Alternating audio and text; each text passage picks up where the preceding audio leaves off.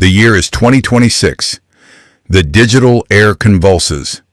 The name Ye is no longer a pseudonym. It's a diagnosis, an indictment, a verdict rendered by millions of anonymous judges in real time.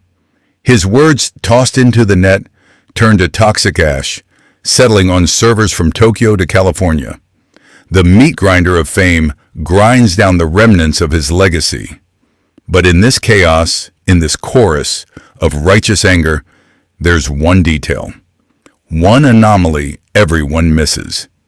He's not just screaming into the void, he's building himself a new bunker. And its walls are made not of concrete, but of universal hate. Then comes the silence, and with it, repentance. Published not on Twitter, but on the crisp pages of the Wall Street Journal. This isn't a cry from the soul. This is a post-mortem audit, notarized by lawyers. The text mentions a diagnosis received a quarter of a century ago as indulgence for today's sins. But markets don't believe tears printed in typeface. Partners don't return. New lawsuits land on the table like cards in the last lost game. His apology is an attempt to patch a hole in a sinking ship with a wad of dollars. And already, sharks are circling overboard. They smell not remorse. Pause, but fear. Fear. The original sin. It was there long before the private jets, born in the middle-class comfort of Chicago's South Side. A different kind of terror. Not of poverty, but of obscurity. His mother, Paz Donda, an English professor, didn't just raise a son. She forged a vessel for ambition, polishing his ego until it reflected the sun. He was taught he wasn't just a participant, he was the event. This is the anatomy of his rebellion. He wasn't just making beats for the kings of New York. He was building their thrones, hearing their rhymes and thinking one thought, I am better. The desire to grab the microphone wasn't just ambition. In the rigid caste system of hip-hop, it was a palace coup, a fatal error. The producers stay behind the glass. They don't step into the light. But his hunger was a raw nerve, exposed to the Chicago wind. A hunger for a legacy beyond the liner notes. Pause, a legacy written in his own blood and ink. The gatekeepers of the kingdom, Rockefeller, saw him as a court magician, a gifted alchemist who could spin soul samples into gold. But they did not see a king. The rejection was not a roar. It was a quiet, dismissive laugh in a boardroom. Each no a nail hammered into his aspirations. This is where the story should have ended. Another brilliant producer in the footnotes of history. But then comes the screech of tires on a California highway. The sound of fate cashing a check. His jaw wired shut became not a prison, but a forge. The pain, the humiliation, it was all raw material. He wrapped his manifesto through metal and wire. A muffled scream of defiance. The College Dropout wasn't a debut album, it was a verdict. A meticulously documented inventory of every slight, every doubt, every slammed door. He wasn't asking for a seat at the table. He was building his own from the splinters of the one he'd been denied. The success was immediate. It was absolute. Pause. And it was the first taste of a poison he would spend the rest of his life craving. That poison demanded more than just platinum plaques. Music was ephemeral, airwaves and algorithms. He needed something tangible, an empire of concrete and fabric. So began the pivot to fashion, not as a hobby, but as a hostile takeover of taste. The industry saw a musician playing with clothes. They laughed him out of Paris showrooms, that same quiet, dismissive laugh from the record labels, now with a French accent. But the humiliation was, as always, fuel. He built his own church, with sermons of leather and distressed cotton. The Yeezy brand was not about aesthetics. It was a loyalty test. He created a uniform for his disciples, deliberately challenging the conventions of beauty. He made the ugly desirable. He made scarcity a sacrament. Every sold-out sneaker, every billion-dollar valuation was not a business success.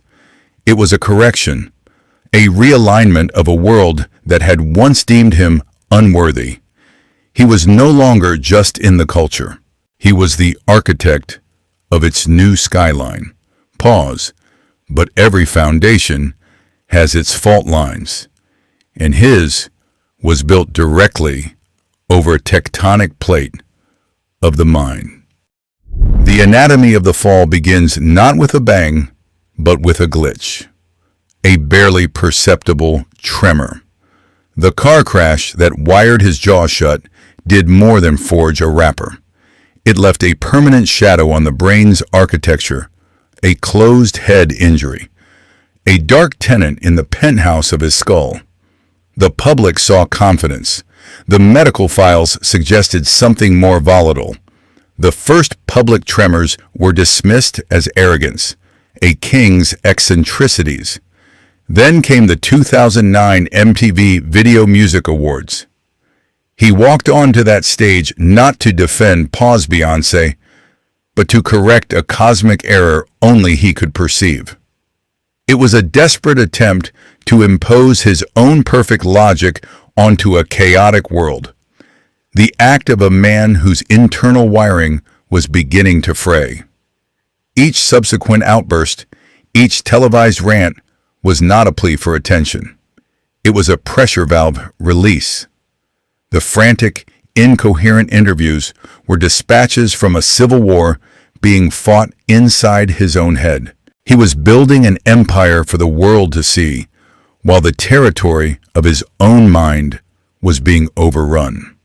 This is the Rokova Chiba, the fatal flaw, believing you can conquer the world before you have secured the borders of your own sanity.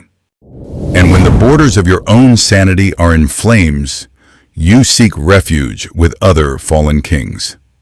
The public trial of Pause, Sean Combs, was not just another celebrity scandal.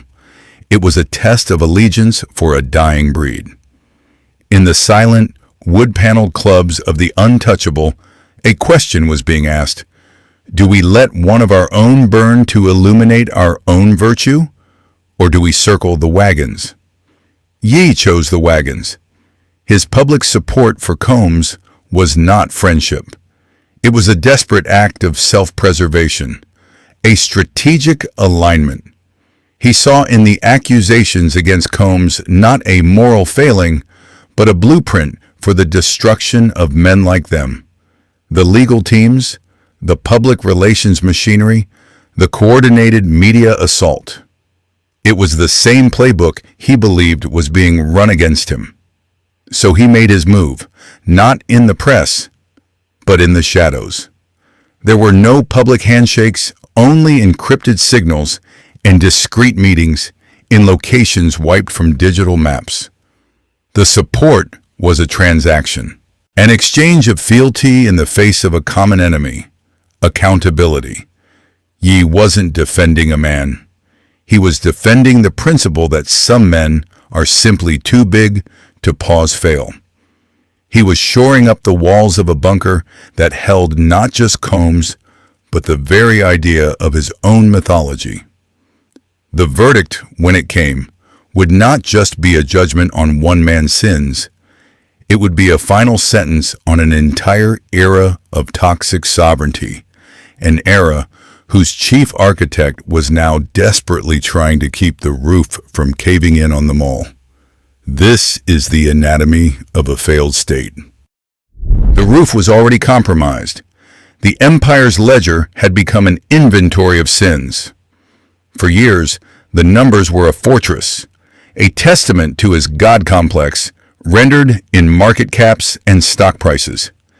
The Adidas deal alone was a monument, A billion-dollar cathedral built on foam and rubber. Then came the reckoning. The White Lives Matter shirt was not a statement of belief. It was financial suicide broadcast live to the world. A single thread pulled and the entire tapestry unraveled. The calls came quickly. First, pause Balenciaga, a quiet, surgical severing of ties. Then, Gap, the demolition of a planned suburban empire, and finally the kill shot. Adidas, they didn't just terminate the contract, they publicly announced his net worth had collapsed by over $1 billion. It was a corporate execution. The brand became radioactive. The lawsuits followed, not as an avalanche, but as a death by 1,000 paper cuts. Unpaid fabric suppliers in Japan, a production company in California. Freelance designers owed for work on albums that never came. Each invoice was a small, sharp blade. His response was not to retreat. It was to set up a market stall in the ruins. The $20 collection was not a democratization of fashion. It was a liquidation sale, selling off the palace fixtures to keep the lights on for one more night. The fatal flaw was now exposed in plain numbers. The very thing that built the kingdom, his unfiltered, chaotic, belligerent voice, was now the sole instrument of its destruction. The spreadsheets delivered the final, coldest verdict. This was the true posthumous audit. The numbers do not lie, and they do not forgive. The spreadsheets were the autopsy, but the poison was administered weeks earlier. It began not with numbers, but with thread. A simple black t-shirt unveiled in the gilded halls of Paris. The message on the back, White Lives Matter, was not a design choice. It was a detonation pin pulled in a crowded room. The fallout was not financial, not yet. It was atmospheric. The air grew thin. He doubled down. The initial act was followed by a verbal carpet bombing campaign on social media. He saw conspiracies in every shadow, enemies in old friends. The paranoia was a fever, and the internet was his megaphone. This was the inventory of sins, tallied in real time by a global audience. Each post was another shovel of dirt on his own legacy. And then came the moment the history books will circle in red. The point of no return. A late-night tweet composed in the digital silence. A promise of violence cloaked in military jargon and aimed at an entire people. He declared he was going pause death come 3 on Jewish people. The mask wasn't slipping. It was ripped off and set on fire. The Rokava Chaiba was complete. The first calls went unreturned. Then the calls stopped coming altogether. The corporate world, which had feasted on his cultural capital, suddenly developed a severe allergy. The silence from Germany was the loudest. Adidas, the partner that had turned his designs into a commodity, was in a bunker. Their executives were not debating morality. They were calculating risk. For 9 days the silence stretched, a tightrope over a canyon of public outrage. He gave them the final push. On a podcast, he boasted, "I can say anti-Semitic things, and Adidas can't drop me." It was a dare. It was a fatal miscalculation. The German giant, a company with its own dark history, could not afford the association. The partnership was not just terminated. It was publicly disavowed. An amputation. The Gap deal, already hemorrhaging, was pronounced dead. Balenciaga, the house that had embraced him, issued a silent excommunication. His talent agency showed him the door. The empire was being dismantled by press release. He was no longer a partner. He was a liability. The final tally of the Adidas divorce was the sentence: The price of his words, calculated to the last cent, was pause $1.5 billion. The verdict was in. This was the anatomy of a fall. But the financial autopsy was only half the story. The weapon was still warm in his hand. His phone became both pulpit and gallows, the last remaining platform where he was judge, jury, and executioner. The rants of 2025 were not strategy. They were compulsion, a live public inventory of every grievance, every perceived betrayal, from the children of former allies to the bodies of strangers. The posts appeared without warning. They were unedited. They were pure. Each one was a digital flare fired from a sinking ship, illuminating the wreckage for all to see. The algorithm, that cold and impartial God, did its job. It fed the outrage machine. Every share, every angry comment, every news article was another turn of the screw, tightening his public effigy. He was building a case against himself, one post at a time. The apology, when it finally came, felt less like repentance and more like another exhibit in the trial. This was the new architecture of collapse, a digital coffin, built in public, one character at a time. Inside the digital storm, a strange calm, a bunker of complicity. An investigation into his immediate circle during this period reveals not a conspiracy, but a vacuum. His new wife, Bianca Censori, was not a handler. She was framed as a collaborator. Her public nakedness, defended as a shared artistic obsession, became another canvas for his chaos, a living sculpture of defiance moving through the world's airports and hotel lobbies. Her silence was a statement. The others, the paid employees and remaining friends, were ghosts in the machine. They were present in the background of paparazzi photos, their faces blurred by motion and anxiety. Trying to manage the narrative was like trying to bottle a hurricane. The few who attempted to intervene were quickly exiled. The price of admission to the inner circle was absolute agreement, or at least the performance of it.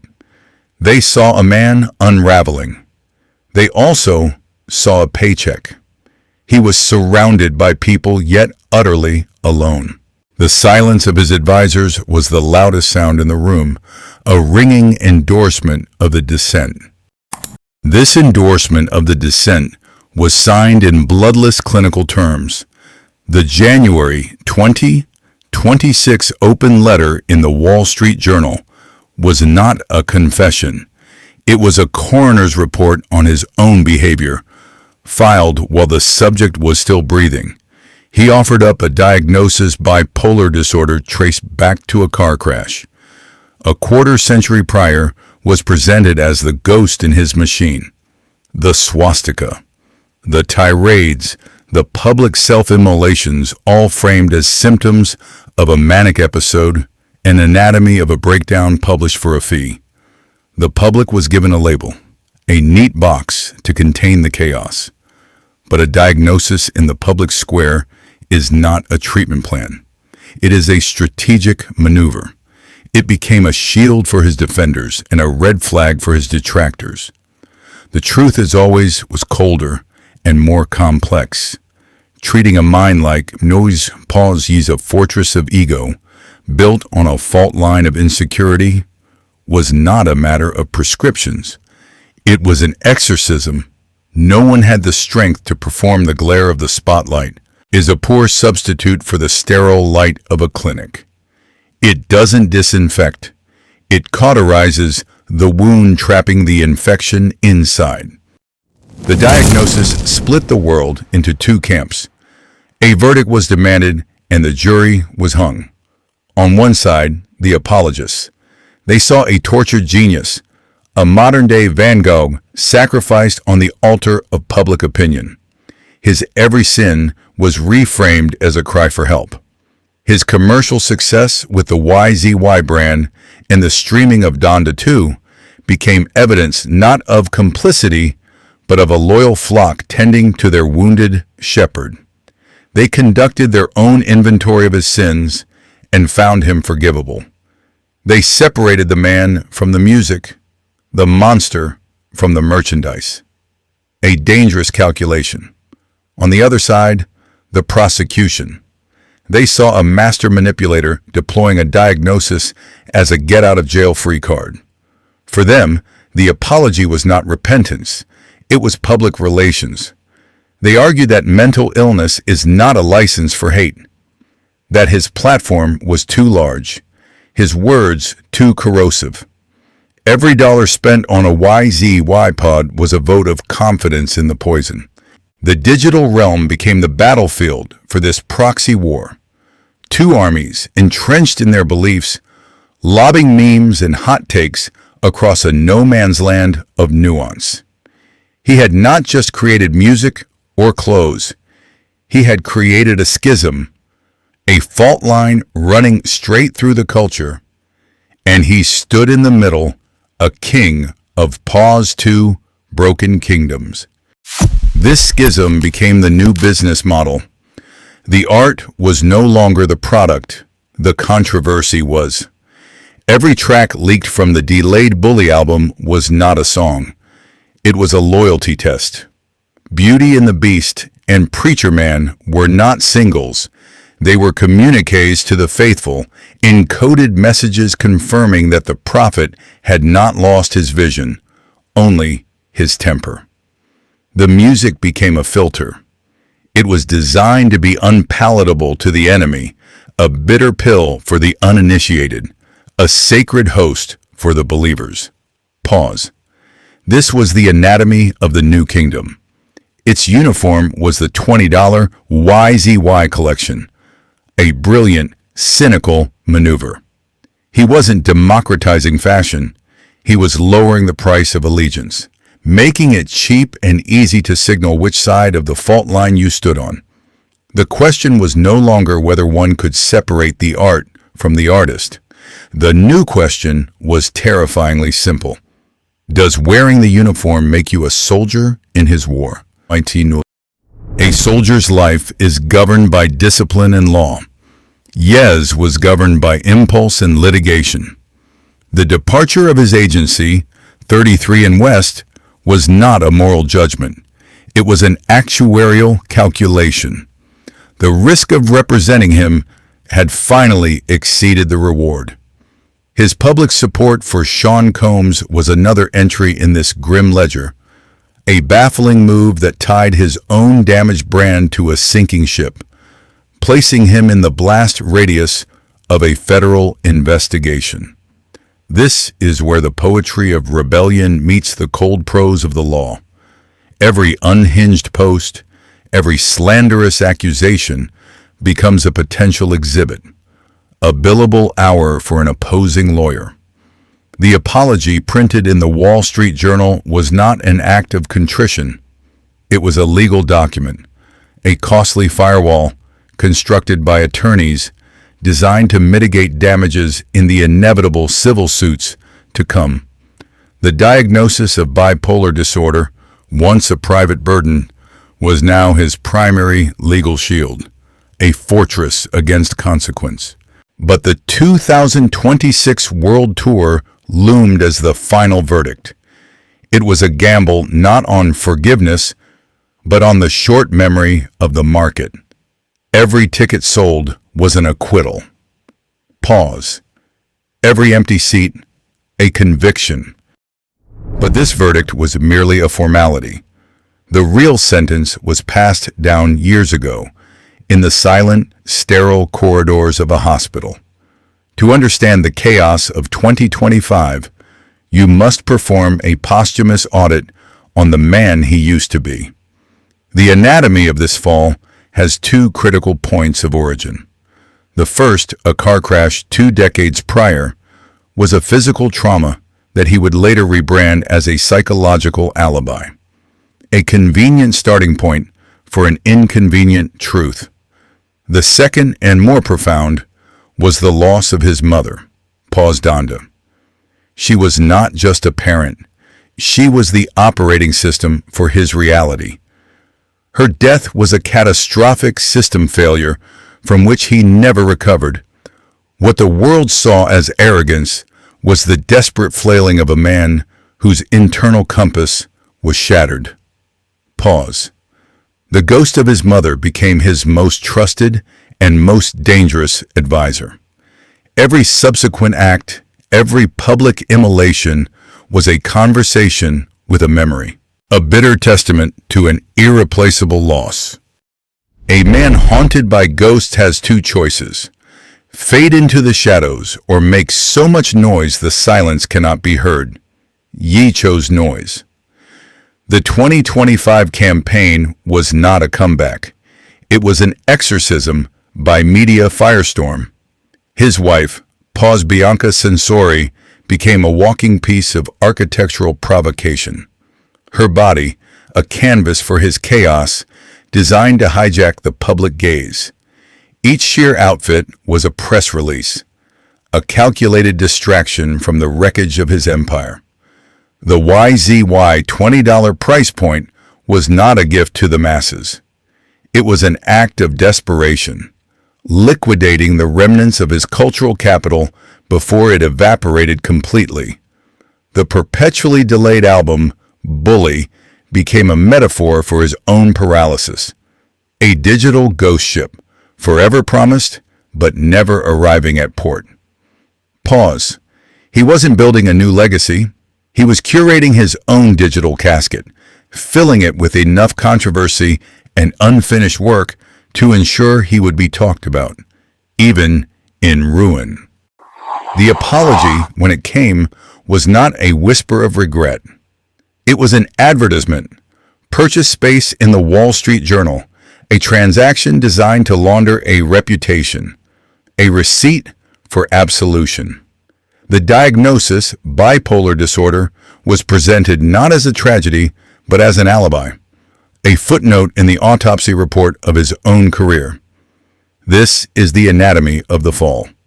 The early work was monolithic. Albums built like cathedrals of sound and ambition, but the poison had seeped into the foundation. Pause.